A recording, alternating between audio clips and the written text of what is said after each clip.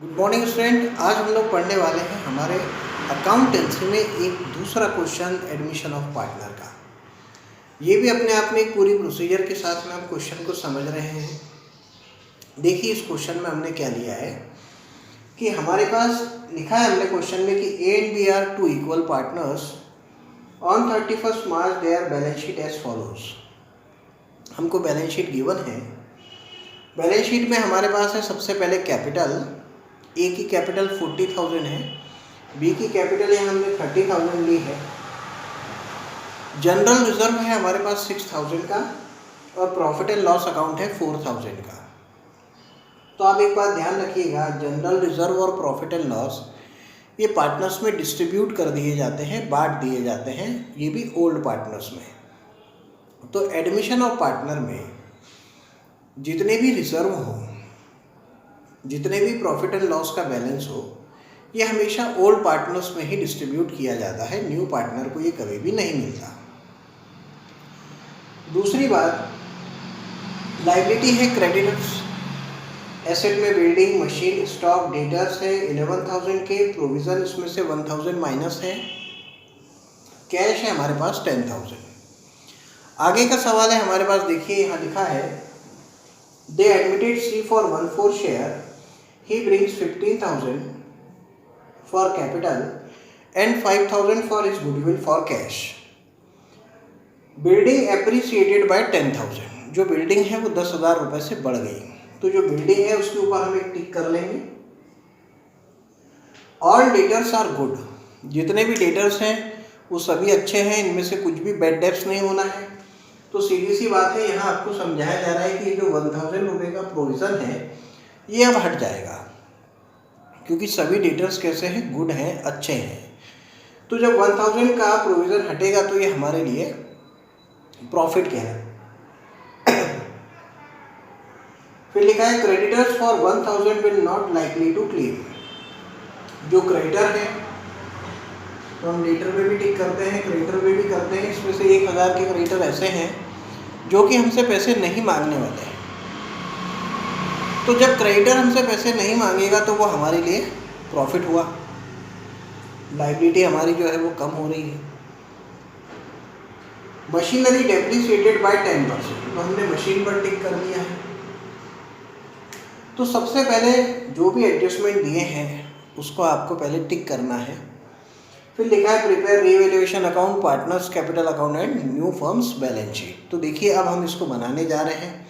तो हमने यहाँ ड्रॉ किया है एक revaluation account, partners capital account, cash account और न्यू फर्म की बैलेंस शीट। तो जैसे हमने पहले सीखा था, अब हम उस प्रोसीजर पर आ रहे हैं, उस बात पर आ रहे हैं कि पहले हमको हमारी जो गिवन बैलेंस शीट है इसको सॉल्व करना है। बैलेंस शीट को सॉल्व करने का तरीका देखिए क्या है कि जो अकाउंट हमने बनाए हैं पहले उसके बैलेंसेस उसमें ले जाएंगे और जो नहीं बनाए हैं उनको एज इट इज़ हम न्यू फर्म की बैलेंस शीट में लिख देंगे। तो पहले हम शुरू करते हैं लायबिलिटी साइड से। पहला नाम है कैपिटल और हमने कैपिटल अकाउंट बनाया है, तो इसका बैलेंस सबसे पहले मैं इसमें ले जाता हूँ, यहाँ लिखता हूँ बाय बैलेंस ब्रॉट डाउन। ए का है मेरे पास 40,000 और बी का है मेरे पास में 30,000। अब लिखा है जनरल रिजर्व, तो ये ए और बी में हम इसको डिस्ट्रीब्यूट कर देंगे। तो हमको दूसरा नाम लिखना पड़ेगा जनरल रिजर्व का। तो मैं यहाँ लिखता हूँ बाय जनरल रिजर्व। और इक्वल पार्टनर है इसलिए इनका जो डिस्ट्रीब्यूशन होगा वो भी इक्वली ही होगा। तो इक्वली होने का मतलब है कि यहाँ अगर 6,000 का रिजर्व है तो 3,000 जो है वो ए को मिल जाएंगे और 3,000 ही जो है वो बी को मिलेंगे। सी अभी हमारा न्यू पार्टनर है, इसको कुछ भी अभी यहाँ पर मिलने वाला नहीं है। अब इसके बाद हमारे पास क्वेश्चन में है प्रॉफिट एंड लॉस अकाउंट जो 4,000 का है। तो इस प्रॉफिट एंड लॉस को भी हम जो है पार्टनर्स में बांटेंगे। तो ओल्ड पार्टनर्स में ही इनके ओल्ड रेशो में बांटना है, तो मैं यहाँ लिख देता हूँ by profit and loss account. तो ये 4,000 है तो 2,000 ए को और 2,000 रुपीज़ बी को दे देंगे। फिर लिखा है क्रेडिटर, तो इसका कोई अकाउंट हमारे पास में नहीं है, तो ये एज इट इज़ हमारे पास कहाँ जाएगा, न्यू फर्म की बैलेंस शीट में लाइबिलिटी में दिया था, लाइबिलिटी में लिखेंगे हम क्रेडिटर्स, और इसके ऊपर एडजस्टमेंट है और ये क्रेडिटर्स है 5000 के। एक लाइन फिलहाल मैं यहाँ पर छोड़ देता हूँ क्योंकि क्रेडिटर्स पर एडजस्टमेंट है हमारे पास। अब क्वेश्चन में देखिए गिवन है बिल्डिंग, बिल्डिंग का कोई अकाउंट नहीं है, न्यू फर्म की बैलेंस शीट में लिखेंगे, तो ये लिखा बिल्डिंग, एडजस्टमेंट है इसके ऊपर 30,000 की है, जगह छोड़ देते हैं मशीन, 20,000, एडजस्टमेंट है स्टॉक, स्टॉक है हमारे पास 15,000 का, कोई एडजस्टमेंट नहीं है इसलिए मैंने इसको भी डायरेक्ट बाहर लिखा है। फिर है हमारे पास डेटर्स, तो डेटर्स हमारे पास गिवन है 11,000 के, इसमें से लेस है प्रोविज़न और ये है 1,000 जिसके ऊपर एडजस्टमेंट है प्रोविज़न पर, और आखिरी में कैश है, तो ये कैश अकाउंट में हम बैलेंस को ट्रांसफ़र कर देते हैं टू बैलेंस ब्रॉट डाउन, और ये गिवन है हमारे पास में 10,000 रुपीज़। तो देखिए इस तरीके से हमने अभी यहाँ पर जो हमारा बैलेंस शीट है उसको पूरा सॉल्व किया है। अब हम एडजस्टमेंट के ऊपर जाते हैं।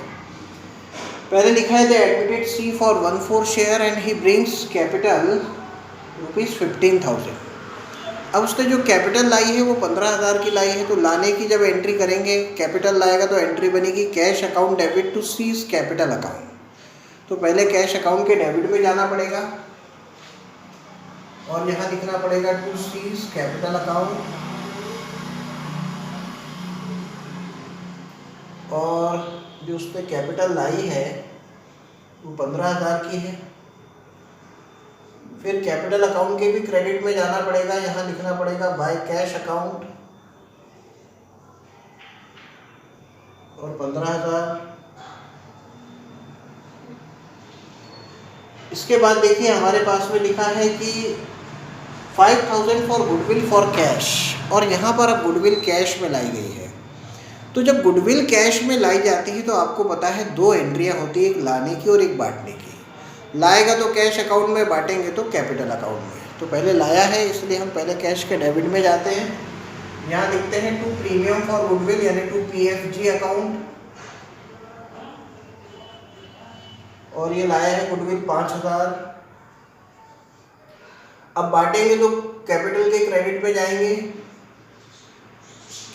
Bye premium for goodwill account, 5,000 को इक्वल बांट देंगे ए और बी में, क्योंकि आज इक्वल पार्टनर है 2500-2500। तो ये हमने गुडविल की लाने की एंट्री कर दी और ये हमने बांटने की एंट्री कर दी। अब नेक्स्ट एंट्री की अगर हम बात करें तो देखिए इसमें लिखा है बिल्डिंग एप्रिसिएटेड बाय 10,000। तो बिल्डिंग 10,000 से बढ़ गई तो हम बिल्डिंग में जाते हैं, सबसे पहले प्लस करते हैं 10,000, बाहर आ जाएंगे 40,000। 10,000 बढ़ना हमारे लिए फ़ायदा है तो रीवैल्यूएशन के क्रेडिट में बाय बिल्डिंग अकाउंट 10,000 ये लिख दिया। उसके बाद लिखा था machinery depreciated, sorry all debtors are good. तो सभी डेटर्स अच्छे हैं, मतलब जो पहले से प्रोविज़न गिवन है उस प्रोविज़न को आपको हटा देना है। यानी 1,000 जो प्रोविज़न यहाँ पर लिखा हुआ है मैं इसको यहाँ से माइनस करूँगा 1,000, तो अब कोई प्रोविज़न नहीं। अब आपके डेटर ऑलरेडी 11,000 के हो गए, जो पहले बैलेंस शीट में आपको कितने के दिख रहे थे 10,000 के। तो 1,000 रुपये ना डूबना आपके लिए प्रॉफिट है, तो यहाँ लिख देंगे by provision for doubtful debts account, और 1,000 यहाँ आ जाएगा। इसके बाद लिखा है creditors for 1,000 will not likely to claim. तो क्रेडिटर से 1,000 रुपये हमको नहीं मांगने वाले हैं क्रेडिटर हमसे, तो हम क्रेडिटर्स में से माइनस करते हैं इसको। अब क्रेडिटर हो गए आपके पास 4000 के। दूसरी बार ये भी फायदा है रीवैल्यूएशन अकाउंट के क्रेडिट में बाय क्रेडिटर 1000। इसके बाद हमारे पास गिवन है कि मशीनरी डेप्रिसिएटेड बाय 10%। तो जो मशीन है भाई हमारी 20,000 की, उसमें से 10% जो है वो कम करना है, यानी 2000 कम हो जाएंगे, 20,000 का 10% बाहर आ जाएंगे 18,000। दूसरी बार ये 2,000 रुपये कम होना लॉस है, इसलिए यहाँ लिखा जाएगा टू मशीन रिवैल्यूएशन की डेबिट में, और ये है हमारे पास में 2,000 का। अब हमने सारे एडजस्टमेंट जो है वो यहाँ पर सॉल्व कर लिए हैं। अब सवाल ये है कि हमको इसको 1 बाय 1 सभी अकाउंट्स को क्लोज करना है। तो पहले हम बंद करेंगे रीवैल्यूएशन अकाउंट को। तो देखिए यहाँ का जो टोटल है अपने पास में, क्रेडिट साइड बड़ा है 12,000, उसमें से डेबिट के 2,000 गए तो बच गए 10,000। इसको मैं लिख दूंगा to old partners capital account. तो देखिए हमारा रूल भी है कि रीवैल्यूएशन अकाउंट का जो बैलेंस होता है वो हमेशा हमको किस में बांटना पड़ता है, हमेशा ओल्ड पार्टनर्स में ही बांटना पड़ता है। तो ओल्ड पार्टनर्स में ही अभी हम इसको डिस्ट्रीब्यूट करने वाले हैं। तो मैं यहाँ पर लिख देता हूँ ए और बी को मिलने वाली अमाउंट, तो ये हो जाएगी 5,000 और 5,000 इक्वल पार्टनर है। यहाँ मैं लिख दूंगा कैपिटल के क्रेडिट में बाय रीवैल्यूएशन अकाउंट 5,000 और 5,000। अब हमको कैपिटल अकाउंट को जो है वो क्लोज कर लेना है। तो मैं कैपिटल अकाउंट को क्लोज करता हूँ।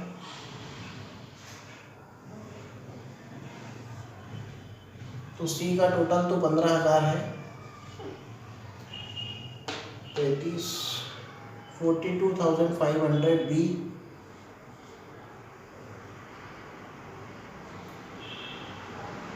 और 52,500 ए। तो यहाँ लिख देंगे टू बैलेंस सी डी। ए में लिख देंगे 52,400, 42,500, 15,000 सी में, और अकाउंट बंद हो जाएगा 52,500, 42,500 और 15,000 से। अब कैश अकाउंट को बंद करते हैं। तो ये टोटल है आपके पास 30,000 का। यहाँ लिख देंगे बाय बैलेंस सी डी 30,000। अब बचता है बैलेंस शीट। तो देखिए बैलेंस शीट के बारे में हमने देखा है कि जो हमारे पास बैलेंसेस होते हैं कैपिटल अकाउंट के और कैश अकाउंट के, और न्यू फर्म की बैलेंस शीट में जाते हैं। तो पहले इनको हमको लिखना है। तो इसे नया कैश पुराना था 10, नया आया है 30, तो मैं यहाँ लिख देता हूँ कैश 30,000। तो कैश आ गया 30,000 का। उसके बाद दूसरा है मेरे पास में कैपिटल, यहाँ लिखना है ए बी सी तीनों की शो करेंगे, ए बी और सी। तो ए की कैपिटल है 52,500, बी की है 42,500 और सी की है 15,000। अब बैलेंस शीट का हम टोटल लगा लेते हैं और देखेंगे कि टोटल कितना आता है। दोनों साइड जो है वो हमारे इक्वल आने चाहिए, बेसिक बात ये है। तो इसका टोटल कर लेते हैं।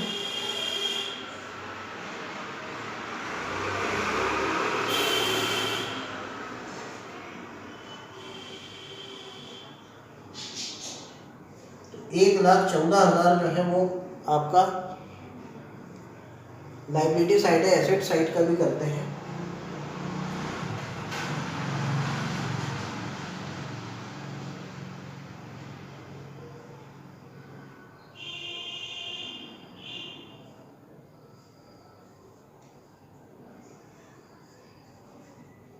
1,14,000 रुपये इधर भी है।